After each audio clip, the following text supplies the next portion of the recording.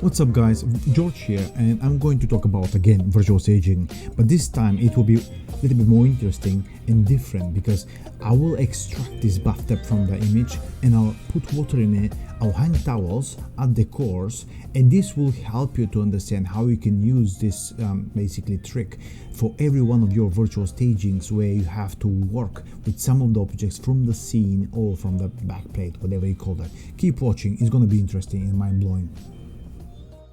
There we go guys, I've already built my scene, I've set the lighting, I've set my spheres, and I've just applied another material, and the part of me adjusting the highlight compress, which you'll see right on the screen because it was too overburned, that was pretty much all of it.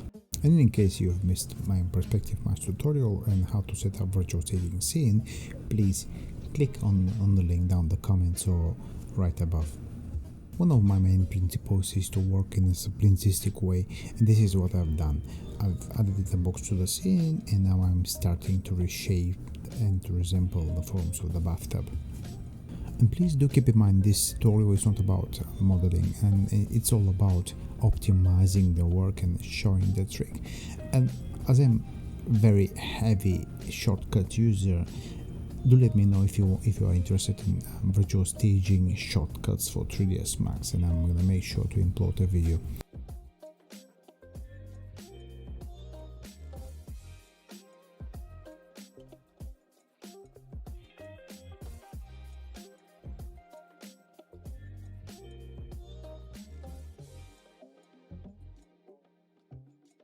Now you see me how I apply and basically reshaped everything, and I'm using edges and vertices. And if you're still beginner and if you don't know all of these tricks, please do let me know down the comments, and I'll make sure I upload some of those more beginnerish tutorials in the next coming weeks.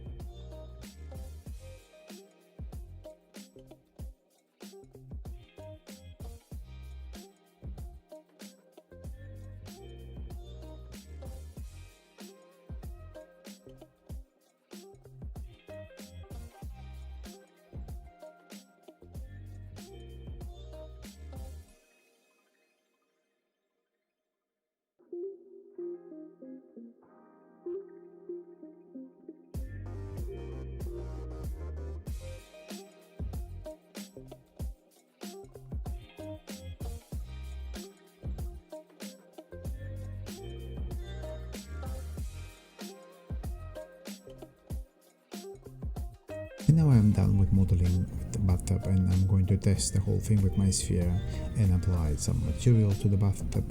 Basically that material should be the material we applied to the room, because we don't want to basically to change the bathtub, just reuse the shape in order to hide different things and to make them interact with the bathtub.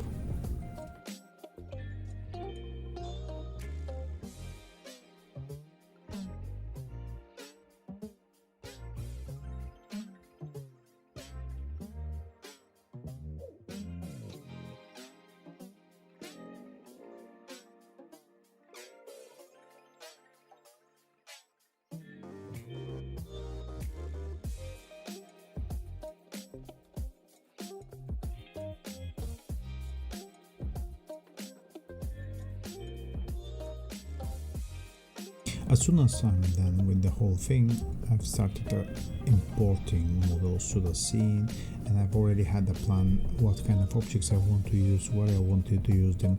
And this is something very important for you to have in mind. Always have a plan what you're going to do with the room. Without a plan, you won't succeed. And if you missed that video on the 6 rules about virtual staging, make sure you watch it. The link is down in the comments or right above on the screen.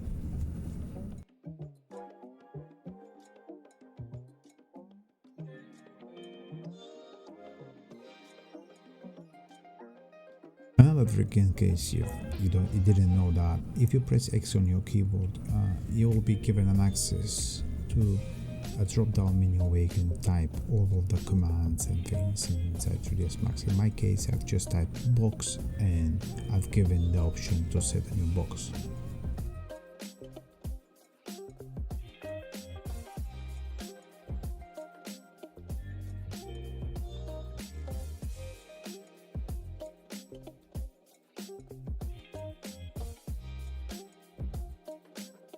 A rule of thumb is always keep everything aligned and use the snap option. As you see me now, I'm building a shelf, and this thing is quite skilled. Basically, as this we're working with 2D image and there is no dimensions in it, you have to match and guess. But if you have set up properly your scene, you will be able to identify easily what you need to do, where you need to do it, and into what proportions.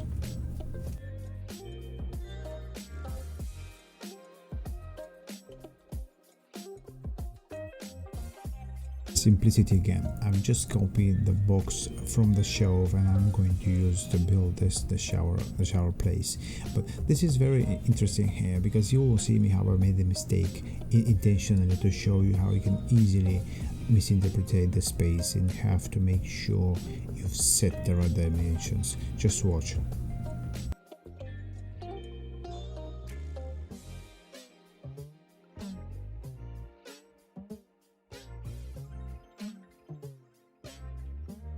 Another rule of thumb was to always set up inside the performance tab interactive rendering the force path tracing with max passes between 100 and 200. This will give you enough interactivity for interactive rendering, otherwise it will feel slow without this being checked.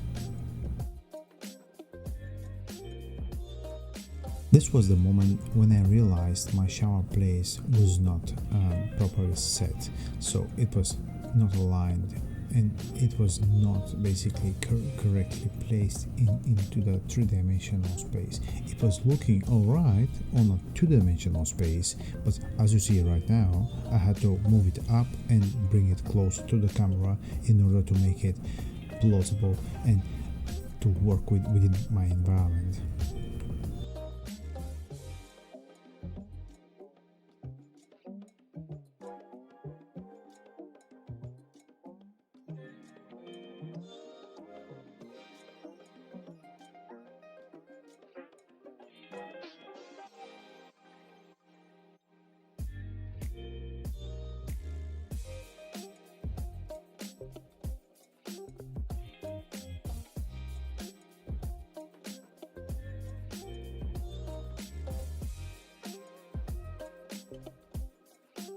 Sometimes you will see me, I change a couple of times the objects within the scene because I'm not satisfied how they work, or in this case I've decided to mix two different sets. The trick you see right now on the screen is by making the shelves to have its gizmo on the top of it and the stack of the towels to have the gizmo on the bottom. When I press the line on the shelf, basically both gizmos stay stuck and they snapped into together. So this basically saved me a couple of seconds by adjusting the towels and back and forth. And this is where the main part of the whole tutorial comes into play. Basically, I'm introducing another towel set which will be thrown on top of the bathtub and it will hang. And that was the whole reason of building the bathtub, to make this happen with proper shadows and to look believable.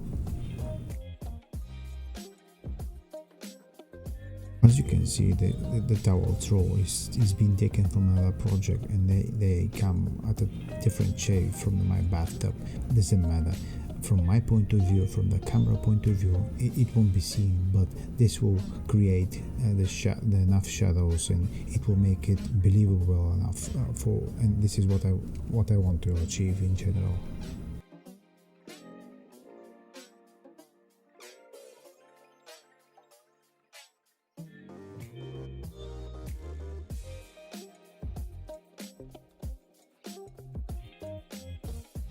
In the next minute or so, I'm going to play with the materials of those two towels. So you'll see me how I swap, move add some additional details, and basically I'm going to achieve some balance and neutral colors, because these two colors at the moment are way too much for this scene.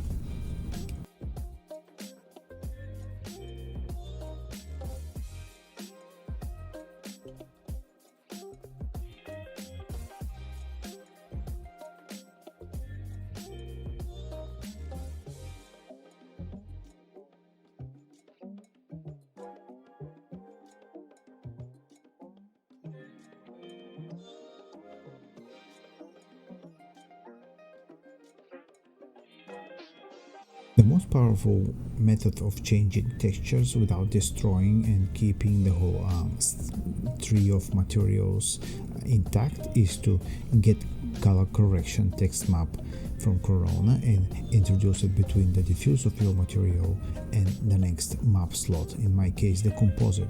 With the Corona color text map, I can change the brightness, the saturation, hue, gamma, contrast, the temperature, and even I can insert LUTs and change the curves, which is super powerful. And you don't have to leave 3ds Max, you can do it right in it.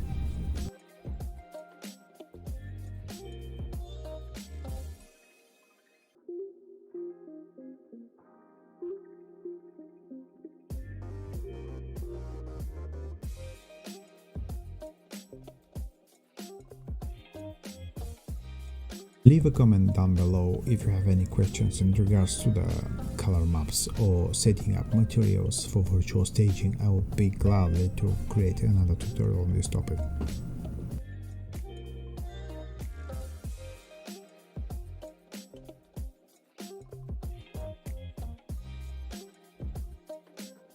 This is the fun part where I added the water plane basically, and you'll see me how I get a plane from the bathtub.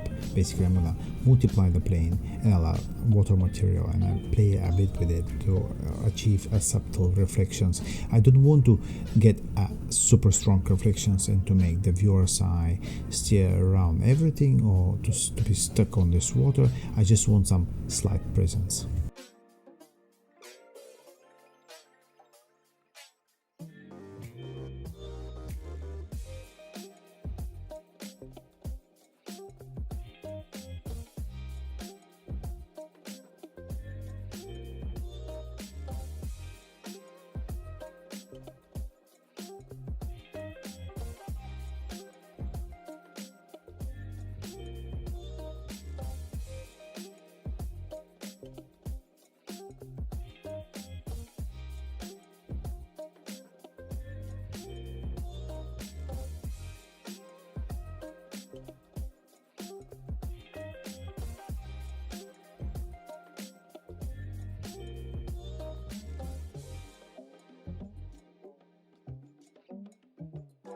And now you see me, I have started building my reflection map, basically my bump map, which is needed for my water to be highly reflective, because later on you'll see me how I started playing with the lights and I had some problems there, but I've managed to solve them because I've properly set my bump maps.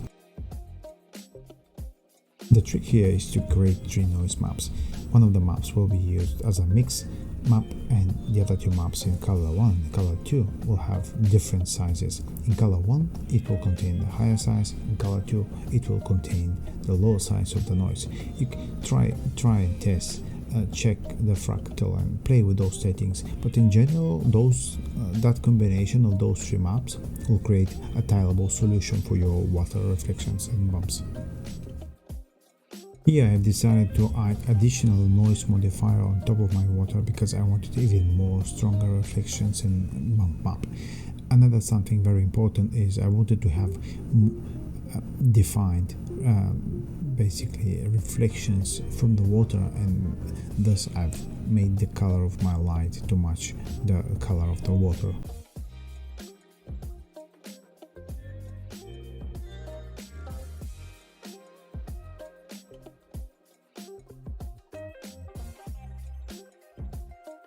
And as you can see, because I've built my bathtub already in 3 dimensions, selecting and basically adjusting this set of decors onto the bathtub, it was not such a problem at all.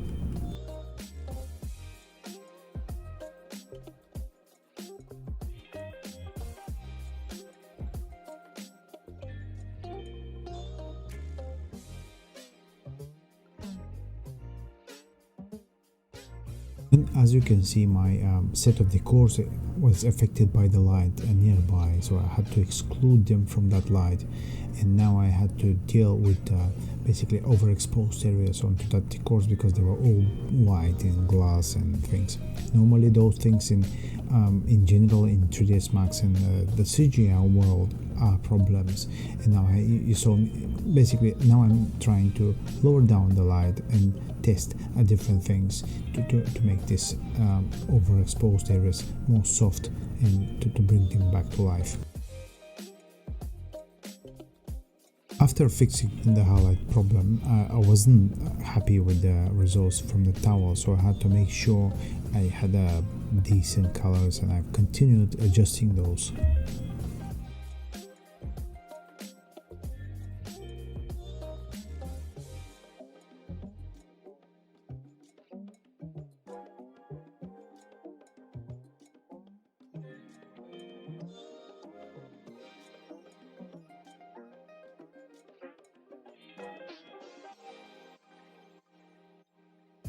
One of the challenges in this bathroom and this virtual staging scene was the awkward position of the bathtub and the shower place. Basically there was an empty gap between them, so I had to introduce another object. In this case was a chair with a vase and a couple of other decors plus sleepers. And in the next couple of minutes I was busy with grouping, ungrouping, scaling up and down, moving back and forth those objects because I wanted to create more balanced composition.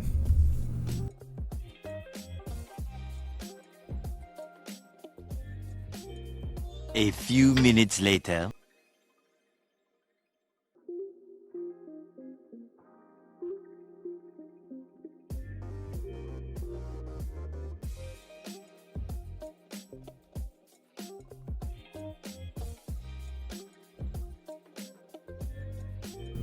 And because of I always search the most easiest way, I've copied the material from the towels, and this created a mind-blowing problem. So yeah, my sleepers exploded from the displays, so I had to solve that thing. And now you see how I started figging, moving back and forth to make this appear alright. The first step to solving this problem was to apply a proper UV map. In my case, I'm always using UV tools, but for the example of the tutorial, I'm going to use the UV double map, which comes native with the 3ds Max. And I've started applying the box map, started playing with UV double tiles. I've increased them, I've decreased them. The problem was still mind-blowing. And this is where I decided to show you how I can split basically the texture from the for the displaced map and the diffuse, because with one UV double map basically you control the whole object and everything has basically ID map 1. But when you apply a second UV double map and set the channel to 2, you can easily basically separate the displays from the main texture. And this is where I've set up the map 2, and you have to go into the displays texture or any other textures and set a map channel 2 there too. So this means I will have 2 UV double maps. The first one will control the color texture and the second one the displacement map texture, and then it was easier.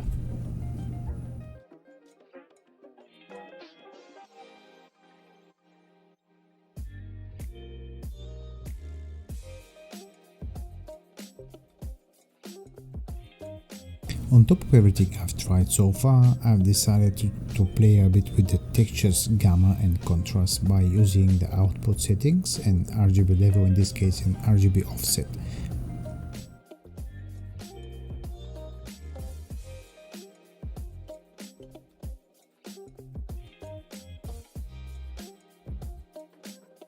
The purpose of those exercises is not to make you lose more time, but to show you rather how you can solve a different complex problems which sometimes they appear on a daily basis.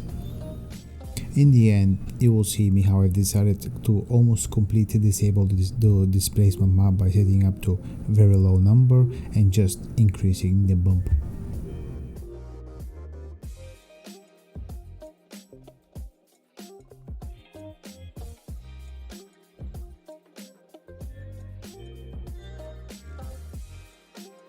And it was time to introduce another character to the scene, and that was the floor mat, which had hair and fur applied onto it.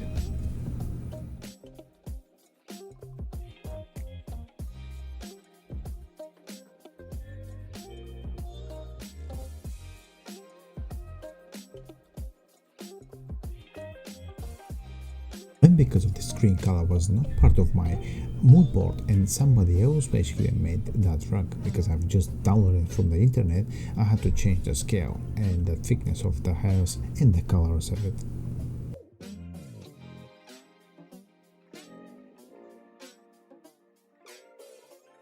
Five minutes later. Each individual hair can be controlled by roof thick and tip thick. These two parameters control only the hairs as individually, which means they can be thinner or thicker based on your preferences.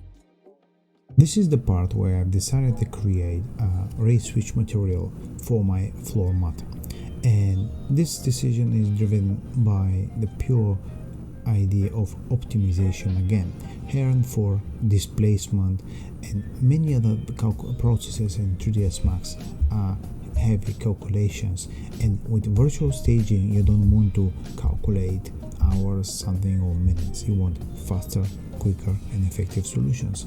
And one of my main tips from this video and from all videos in general for virtual staging, make sure most of your complex materials are done with ray switcher.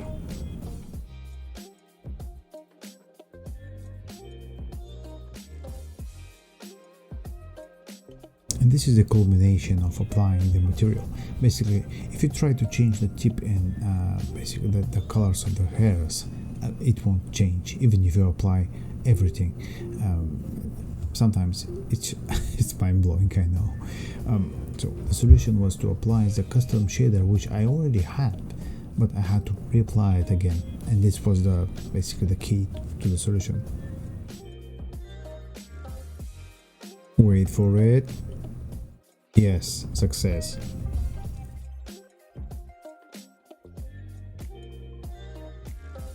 And so far I was pleased with the results, and I've decided to end this tutorial here, so thank you very much for watching. Well, actually this is not the end. In virtual staging and in staging in general, colors should be in equilibrium. There should be symmetry and not fight. In my case, I've missed and I've made a mistake. There were two types of food and this was destroying the balance in that image.